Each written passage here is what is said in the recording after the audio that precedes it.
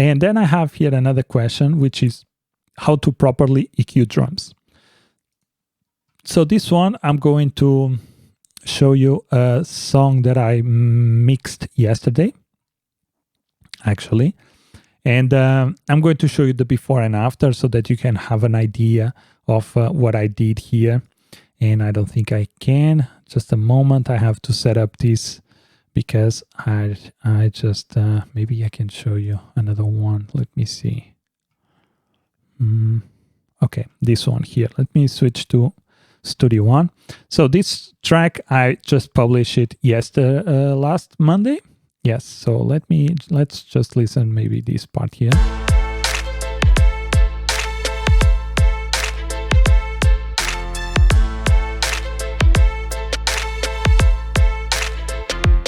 So as you can see, it has a bunch of plugins. So let's see the before. Ooh, okay, what's going on here? Where are my buttons? Let's disable everything. You see the difference?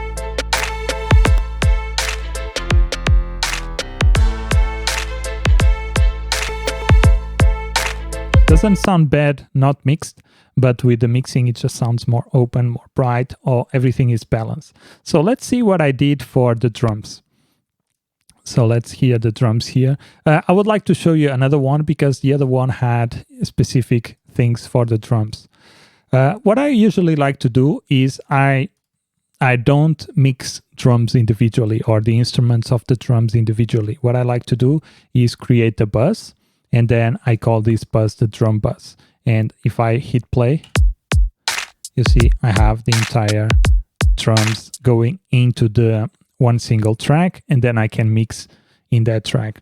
Why I do this? I do it because it helps to, because the kick, the hi-hats, the clap, and the snare in this case, it's just part of one instrument, and that instrument is the drums. So I don't want to go inside every single track and mix every single track. What I like to do is I go I route everything to a single track, and I treat it as, let's say, as a bass or as a piano. I treat it as one instrument only, and that's why I like to do it this way. It also helps me to save some time. So let's see what I did here for this EQ. And as you can see, there's not too much that I did here. Why? Because it's all about balancing, or how can I say? When I'm mixing drums, if they are electronic drums like this one is, there's not too much live drums or a live recording. So there's usually not that much that I need to do in my drums because they are already cool or they sound already good. I might remove some of the wonkiness that it has here. So let's listen to this part here to see what I just removed. So as you can see, that sound there, I didn't like it. So I just remove it, and the same for this one. I didn't like that too much, so I just removed it. But as you can see, it's not a very aggressive EQing. Sometimes, or most of the times, I don't even do too much EQing on the drums, because if they are electronic drums coming from kits or stuff like that I buy on the internet, or I make my own kits, usually they sound really cool already, and you don't need to do too much stuff to that to make the drums sound great. So I usually apply some EQ to cut some of the frequencies that I don't want, and then I apply some compression. And as you can see here in the compression, we have a little bit more compression. It's around -3 dB. And what I did was a fast attack, kind of also slowest release. I mean, this could go up to 2000, I think, 5000. So 200 is not that slow. It's kind of like a fast release also compared with the range, but compared with the attack is a faster attack, a faster release, sorry. And then I do a ratio of 4:1. And then it's just a matter of decreasing here the threshold until I get some compression. And because these are electronic drums, I don't need to do a lot of compression. If they were drums from a recording, from a band recording, then I would have to do a little bit more work, maybe to EQ and to make the drums sound a little bit better. But usually when it comes to electronic drums, they sound good already, or they are made to sound good. At least the ones that I do in my sample packs, I made them so that they sound good already and they are mixed. So sometimes there's not too much to do when it comes to drums. And that's pretty much it, what I do here for drums.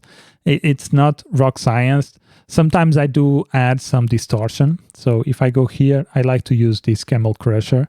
It's a really cool plugin, and I have other tutorials to how to make drums sound punchier. So let's do that. Let's listen to this one. What I like to do is apply a little bit of tube distortion, maybe a little bit of this one here, maybe around 3%, as you can see. And then we can apply some compression. Okay, let's see the before and after levels. It's always important to check the levels before and after, because then you can really see what is going on with your sound. As you can see, now we are adding volume, and that's not what I want. So let me reduce the volume a little bit. So now it's a little bit more in line, so maybe just a touch more.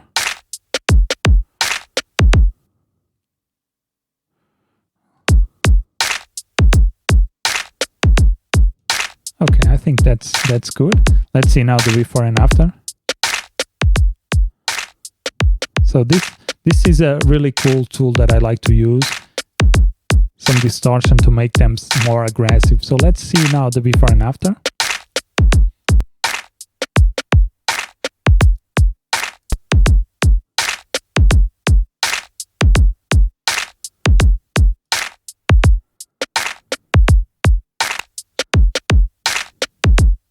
The drums have a little bit more harmonics and more distortion, and it cuts it way better through the headphones, and that also helps in the entire mix. So let's listen to them and let's see the before and after of the entire mix.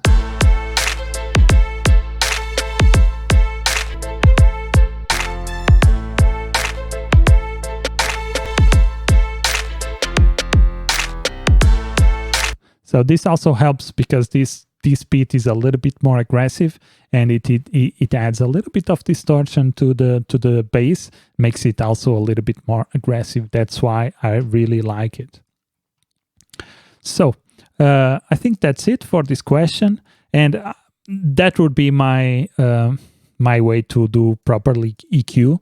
It all depends on the drums that you are EQing, but on a regular or general bass, that's what I like to do. I like to take my drums, put them all into a single channel, and then just EQ or apply effects to that single channel. That's the way I like to do it. And then if I found some frequencies that I don't like, I just cut them. And I try to make the drums sound better with that. And also it's very important to do gain staging. If you don't know what gain staging, just look on some of my tutorials. I have a lot of tutorials explaining how to do top-down mixing and what is gain staging.